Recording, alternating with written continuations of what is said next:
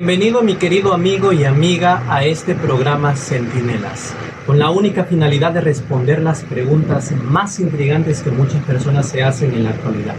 Por eso, el tema de hoy es Misterio Babilonia parte 2. Recordemos que en el tema pasado vimos cómo Babilonia se había convertido en hermosura de reinos, pero que lamentablemente terminó siendo desolado, deshabitado y destruido. Pero, aunque el portentoso imperio de Babilonia fue destruido, sus prácticas y cultos religiosos continuaron hasta alcanzarnos. En la actualidad, a esa religión se la denomina Misterio Babilonia según Apocalipsis, capítulo 17, versículo del 3 al 5. Y la pregunta que debemos hacernos es, ¿el sistema religioso de las muchas denominaciones que existen en la actualidad practican este culto? Para responder esta pregunta necesitamos volver a los orígenes, cuando Babilonia comenzó a surgir como imperio, que de paso fue el primer imperio del mundo antiguo.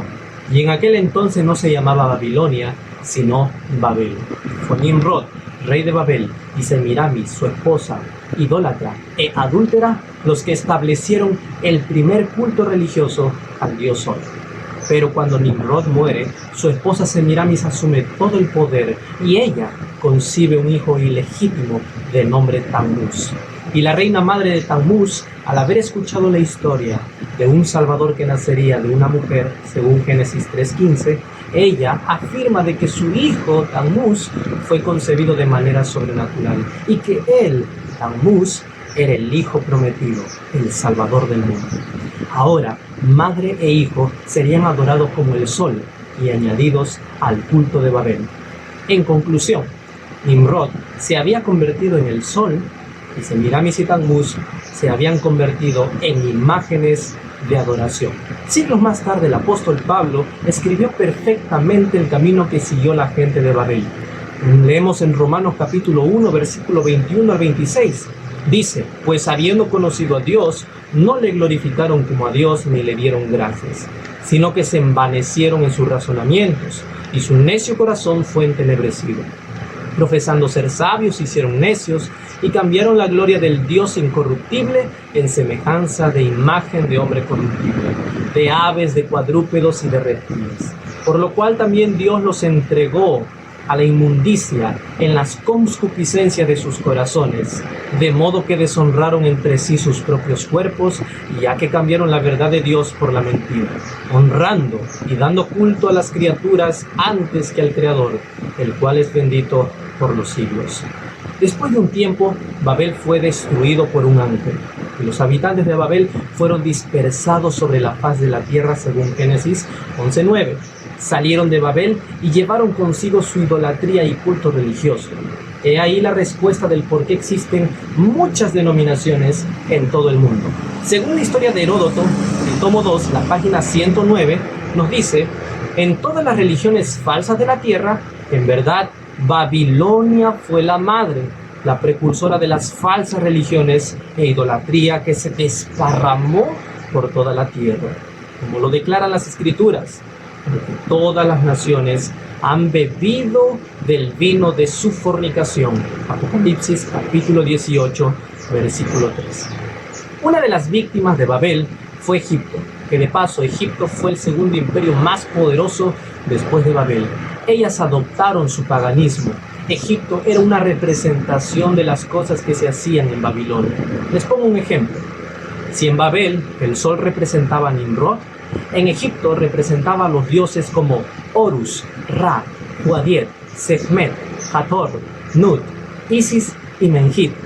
Y la imagen de Semiramis y Tammuz, su hijo, fue tan famosa en Egipto que algunas imágenes con otros nombres eran semejantes a las de ellos. Por ejemplo, el de la diosa Isis. Según la mitología egipcia, Isis había resucitado a su esposo Horus. Por lo tanto, se consideraba a Isis como la intercesora entre los vivos y los muertos. Después, ambos tuvieron un hijo llamado Horus. Más adelante hablaremos de cómo esta supuesta intercesora entre los vivos y los muertos. Pero no solo sucedió en Egipto, sino en todo el mundo. Por ejemplo, entre los griegos llamaban a Semiramis y Tammuz Afrodita y Eros. en la India, Devaki Krishna, en Egipto, Isis y Horus, en Roma, Diana y Atis, en China, Shenmue. 3000 años después, Babel fue reconstruido por un hombre llamado Nabucodonosor, hijo de Nabopolassar, recibiendo de esta manera el nombre de Babilonia, que significa la puerta de los dioses. Pero según la profecía de Daniel capítulo 2 y 7, Babilonia tenía que caer. Y los babilonios, antes de ser conquistados por los medos y los persas, tenían una diosa llamada Ishtar. Era la diosa de la fertilidad, que no era nada más ni nada menos que Semiramis con otro nombre. Los medos y los persas adoptaron la misma religión que los babilonios. Ellos tenían un dios, por ejemplo, llamado Mitra, el dios del sol, que no era nada más ni nada menos que Nimrod. Pero el nombre de este dios Mitra es algo interesante, ya que en el diccionario de la Real Academia Española, Mitra tiene dos significados. En primer lugar, Mitra significa toca alta y apuntada con que las grandes solemnidades se cubren la cabeza. Los arzobispos, obispos y algunas otras personas eclesiásticas que tienen este privilegio. Está hablando aquí de los obispos y arzobispos de la Iglesia Apostólica Católica Romana. Y en segundo lugar, Mitra significa toca o adorno de la iglesia entre los persas. Y ojo aquí, porque los persas eran gente pagana. Toca o adorno de la cabeza entre los persas, de quienes lo tomaron otras naciones. Y aquí le podemos añadir algo más, no solamente naciones, sino también algunas denominaciones. Pero eso no es todo, ya que hay más información acerca de este dios llamado Mitra. Según la historia de Grecia y Roma, nos dice que Mitra era el dios del sol. Nació el 25 de diciembre, día del solsticio de invierno. En la noche del día 24 al 25 de diciembre se celebra en Occidente el nacimiento de Cristo. Pero no siempre fue así, ni hoy lo es en todo el mundo cristiano, porque hasta el siglo IV se celebraba el día 6 de enero, y así se sigue haciendo en Oriente entre los ortodoxos. El día 25 de diciembre se produce el solsticio de invierno. Es el momento en el que el hemisferio norte, el día es más corto, la noche más larga. Pero a partir de este momento el día comienza a crecer. Y por ello este día se celebra el Dies Natalis Invicti Solis, que traducido es el día del nacimiento del sol invencible.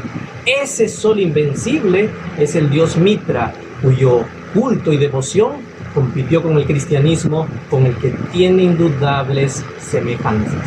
Pero eso no es todo, sino que si le seguimos leyendo más abajo dice, el mitraísmo, está hablando aquí del dios Mitra, y el cristianismo, está hablando aquí del dios de los cristianos, tienen muchas semejanzas y también muchas diferencias.